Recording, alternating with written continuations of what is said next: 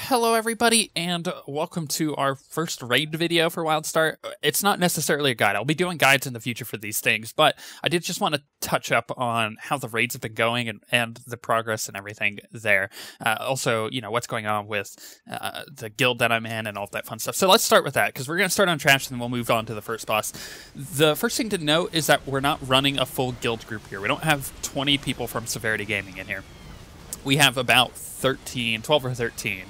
And that's because we kind of had some setbacks in how we wanted to get things running. And I'll talk about that. But for the most part, this is a group made up of, 13 of us, a tiny bit of another guild, and then we have, we have a few pugs here and there. But by the end of this week, or by Tuesday, hopefully, when this video comes out, we'll have about 18 of us ready to raid, and we should be able to fill out a full raid group for our own guild, and I think that would be ideal, right? So let me talk about that.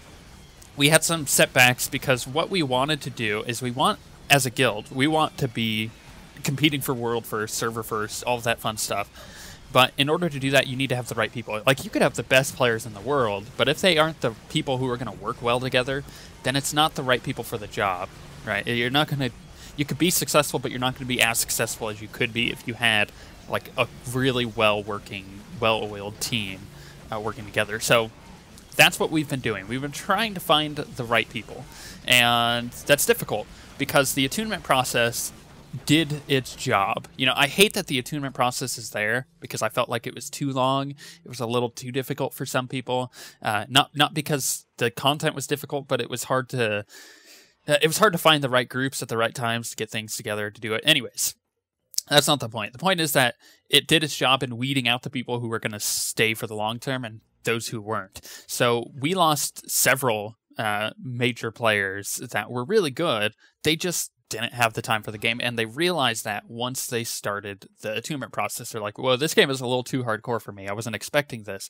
And, we left Star Wars because they weren't putting out the correct or a good amount of raid content quick enough. We'd consume that raid content, and then we'd be farming it for 4 or 5 months before the next difficulty level of that one raid came out. And it sucked because it was like they were reusing raid content. It wasn't fun to us anymore. It wasn't challenging. It just was dumb. So that's why we left. And we came to a game that is focusing on the raids. Like, later, I think in the fall here, they're coming out with another 20-man. We already have a 20-man and a 40-man. Nobody's cleared the 40-man yet. The game's been out since June, so this content is not easy. It is hardcore, and that is what I like.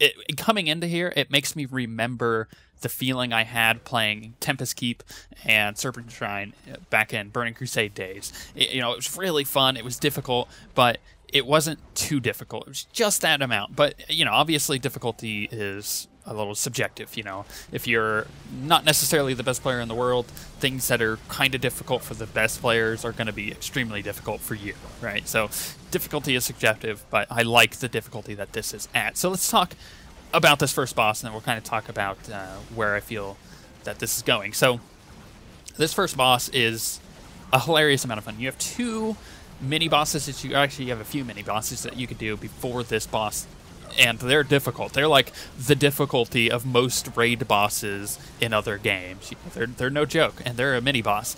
And then you have this guy. He's not necessarily difficult, but he is definitely a raid check. I wouldn't say a gear check. He's going to make sure that your raid is communicating, because if your raid isn't communicating, then you're not going to be able to defeat this guy. You might get lucky, but for the most part, this is definitely a fight that requires you to know how the fight works and what everybody else is doing. It requires raid awareness, is what we call that. So let's talk about him, right? He's got a few abilities. His first main ability is he has a small bomb that he'll put on people. It's a little telegraph that will stick on somebody, and you have all these hexes around. You're on this giant hexagon platform, and it's made up of little ones, and you have to go, or is it pentagon? I don't know.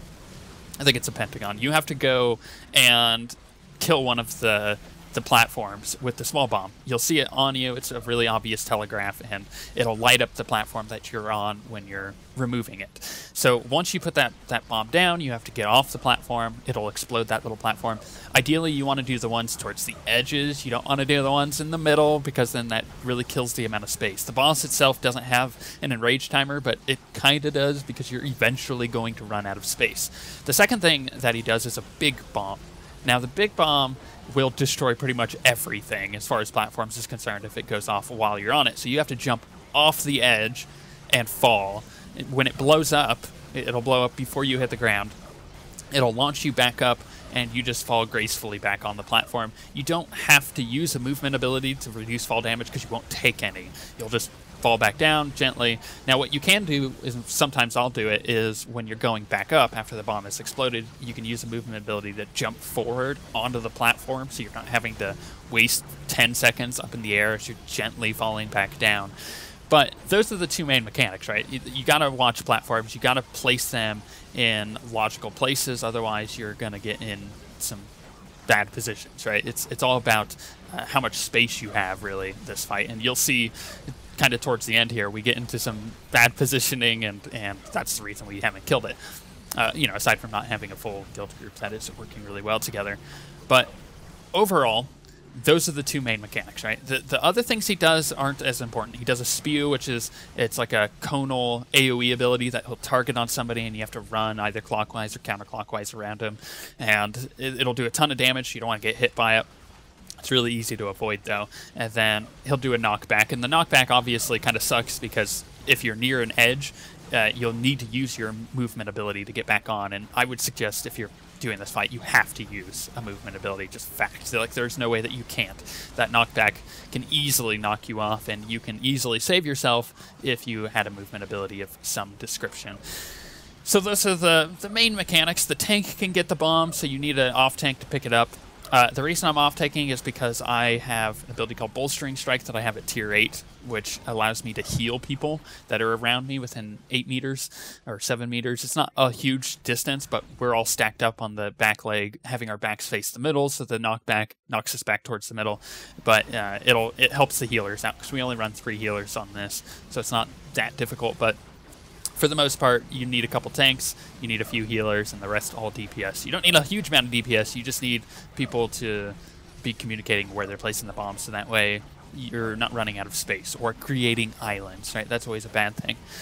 So that's the boss fight. It's really fun. I really like this boss fight. This is the easiest one pretty much out of any boss fight in the raids, and I'm feeling like he's a challenge for any group that's unable to communicate, and I like that. I like that it tests your raid awareness, it tests your raid skill, and it's a good way to determine who should be in your raid and who shouldn't, in my opinion. But the bosses just constantly get more difficult, and then this is just the 20-man. You get into the 40-man after you've completed this, and that just ramps it up even more. You know, like I said, nobody's killed the 40-man yet, so it's definitely difficult content, and I'm really looking forward to what they can come out in the future. I think this raid stuff, even the trash, is miles ahead of what else is on the market. While I think the WoW raid content is well defined, and it knows its identity on how it wants to be, and it's getting upgrades and Warlords of Draenor and stuff, I just don't feel like they have the difficulty there anymore, which means that it feels kind of flat, as opposed to this, where it's in its infancy. You know, this is new raids, and yet it still feels inventive. You know, this is not a new mechanic, the platform mechanic, but it feels inventive and it feels fun, and I really like that. And I'm looking forward to showing you guys more raid content in the future as we get video content of it. So I'll be doing that for sure. But on that note, we shall see you guys next time.